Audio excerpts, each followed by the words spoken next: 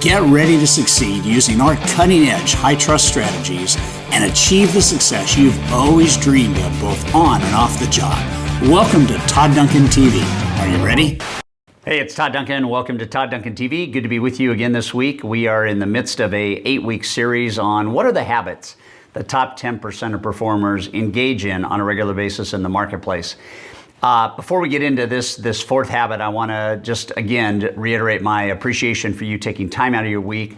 There's 150,000 things you could probably end up doing every single week, and the fact that you are choosing some time to spend 10 minutes with me, I'm super grateful for it. And by the way, I would be really grateful for your referrals. Anybody you want to send these videos to, you want to share it, forward it, have your team listen to it, just get this link, shoot it on, and I'd be super, super grateful for that.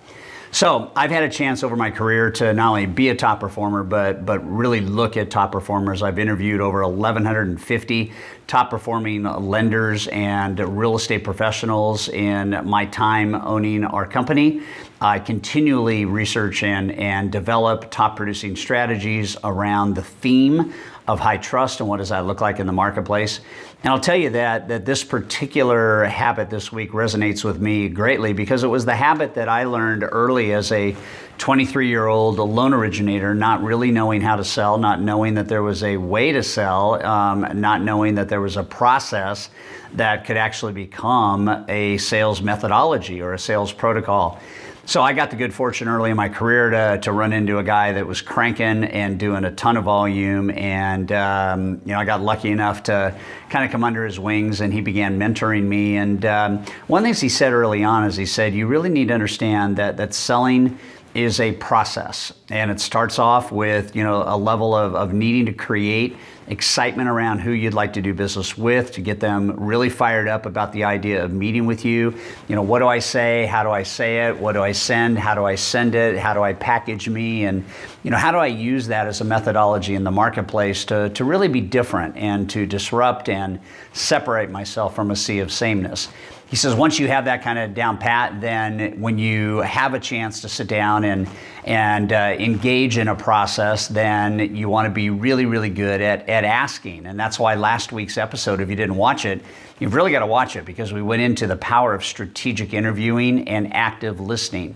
But most people don't understand that should be the bulk of any sales interchange. Any time that as a provider, I am trying to engage trust and kind of this attraction of a client, I have to understand the deeper I go in the questions I ask, two things happen. I distance myself from the competition because most of them don't ask deep enough questions, and simultaneously I learn the things that actually my competition will never know, so I can strategically then add more value. So that's a layer of the selling process. And then the third layer, if you will, is the layer of once I do that strategic interviewing and questioning, how do I really bring my sales solutions alive? How do I, in an impassioned and energetic and enthusiastic and very relational way, how do I meet people where they're at, and how do I tell them what I'm going to be able to do for them that they've kind of told me in our strategic interviewing that they really want out of a relationship? And once I begin to share those ideas with them, it's a smaller piece of that sales engagement, but it's where you actually have the chance to get people to see the value that you're offering in exchange for the time and money that they're going to be giving to you in the form of commissions or in the form of costs or payments or interest rates or things like that. And so what I find is that most of us start here. Most of us start in the kind of, let's just talk about the things that we're good at, talk about the things we do, talk about the things we can bring to the market without linking those things to things that have been previously shared with you by a prospect or a client as important. And then when we get to the fourth layer of a process, that layer is where we get to actually ask for a business partnership, a business relationship, or a commitment to go to the next step. And so these four layers are founded upon the high trust selling process. And if you think about what I just went through, I went through the base layer, which is called the approach, the second layer, which is called the interview, the third layer, which is called the solution, and the fourth layer, which is called asking for the business. We spend 2 days on this at our High Trust Sales Academy. It's that important. We do a ton of role playing.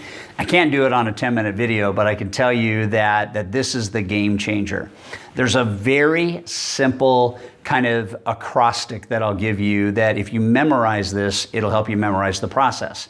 So the first layer of the approach uses the letter E. That's the first letter in the word ease, E-A-S-E. And ease is what we're really intentionally trying to do. We're trying to ease clients into a relationship with us by creating a lot of value, having a referral to that client, those types of things. As I go to layer 2, the interview, I get the second letter in my acrostic. That's the letter A. That is ask. That's a reminder that strategic interviewing is about asking the right kinds of questions. The third layer is the solution, and as we move our way up that acrostic, we are now putting the S in that word, E-A-S, and the solution is where I get to tell people specifically what I'm able to do for them based on the interview. The fourth layer at the very top is when we ask for the business partnership or a commitment to move forward, and that represents the E in the word ease at the back end of the word, which is where we actually get people engaged, right? We put the gears together to do something. So that word now on the left, as we kind of come up this 4 layering process, is the word ease.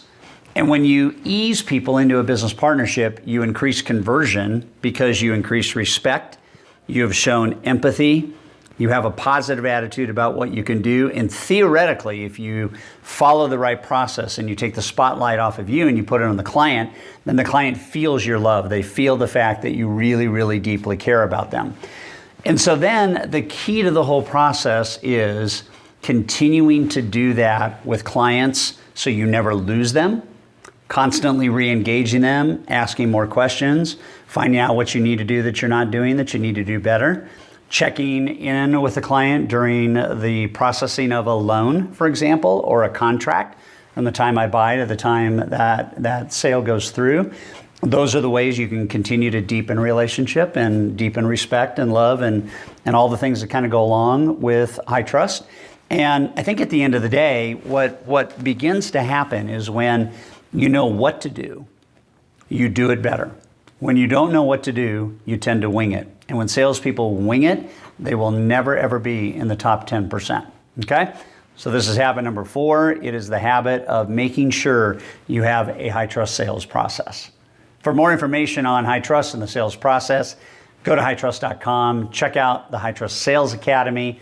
Our next academy is in December, and just check out the details on that. Love to have you there. All right? Take care. We'll see you next week.